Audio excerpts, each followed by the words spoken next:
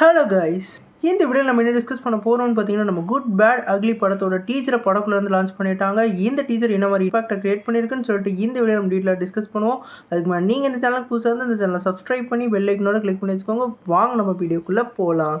நம்ம good bad ugly வந்து நம்ம ஆதிக் ரவிச்சந்திரன் டைரக்ஷனாக நம்ம ஏக் அவர்கள் லீடில் ப்ளே பண்ணியிருக்காங்க. இந்த படத்துக்கு வந்து நம்ம டிஎஸ்பி அவர்கள் வந்து மியூசிக்கும் நம்மளோட ஜிவி பிரகாஷ் அவர்கள் வந்து பேக்ரவுண்ட் ஸ்கோரும் பண்ணியிருக்காங்க. இந்த டீசர் ஸ்டார்டிங்லேயே வந்து நம்ம ஏகேவோட ரூல் வந்து மதிக்கிற ஆள் அவர் வந்து அதை மீறிட்டு வந்திருக்காருன்னா ஒரு மூச்சை நிற்கிறதுக்குள்ளே அவனோட முடிஞ்சிரும்னு சொல்லிட்டு ஏகேயோட இன்ட்ரோவை கொடுக்குறாங்க.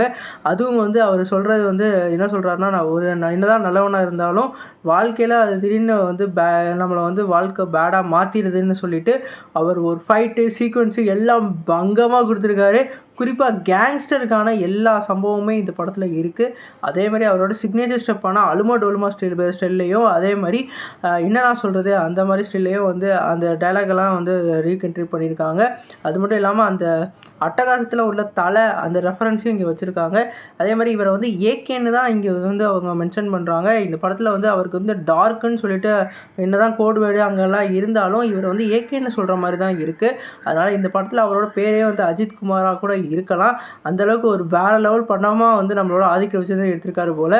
குறிப்பாக அந்த டீசரோட ஸ்டார்டிங்லேருந்து எண்டிங் வரைக்கும் ஃபுல்லாகவே பட்டையை கிளப்புற மாதிரி சண்டை, அப்புறம் கார் ரேஸு, அதே மாதிரி அவர் வந்து டைலாக் டெலிவரி எல்லாமே பக்காவாக இருந்தது.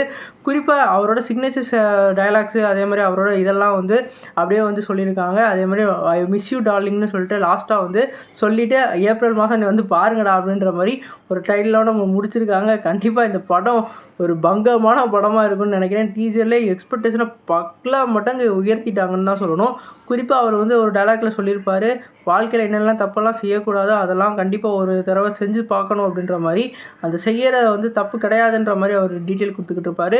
இந்த படத்தில் வந்து அவர் ஃபுல் அண்ட் ஃபுல் ஒரு டார்க் சைடில் ஒரு கேங்ஸ்டராக ஒரு வேறு லெவல் ஏகேவாக வரப்போகிறான்னு நம்ம கண்டிப்பாக சொல்லலாம். குறிப்பாக வந்து நம்ம இப்போ பார்த்த விடாமுயற்சியில் என்னென்னலாம் மிஸ் பண்ணிங்களோ, குறிப்பாக வந்து ஃபேன் பாய்ஸ்லாம் என்னென்ன மிஸ் பண்ணிங்களோ அதெல்லாம் வந்து இந்த படத்தில் ஆதிக்க வச்சிருந்தாலும் பக்காவாக பண்ணியிருக்காரு. குறிப்பாக இந்த படம் வந்து அவரோட கெரியர்லேயே ஒரு one of the blockbuster ஆகும்னு கண்டிப்பாக சொல்லலாம். அந்தளவுக்கு ஒரு தடவை பார்த்ததுக்கே அப்படி ஃபயர் ஆகிட்டுருக்கு. இன்னொருத்தரை பார்க்கணும்னு சொல்கிற அளவுக்கு அந்த டீசரே பண்ணுது.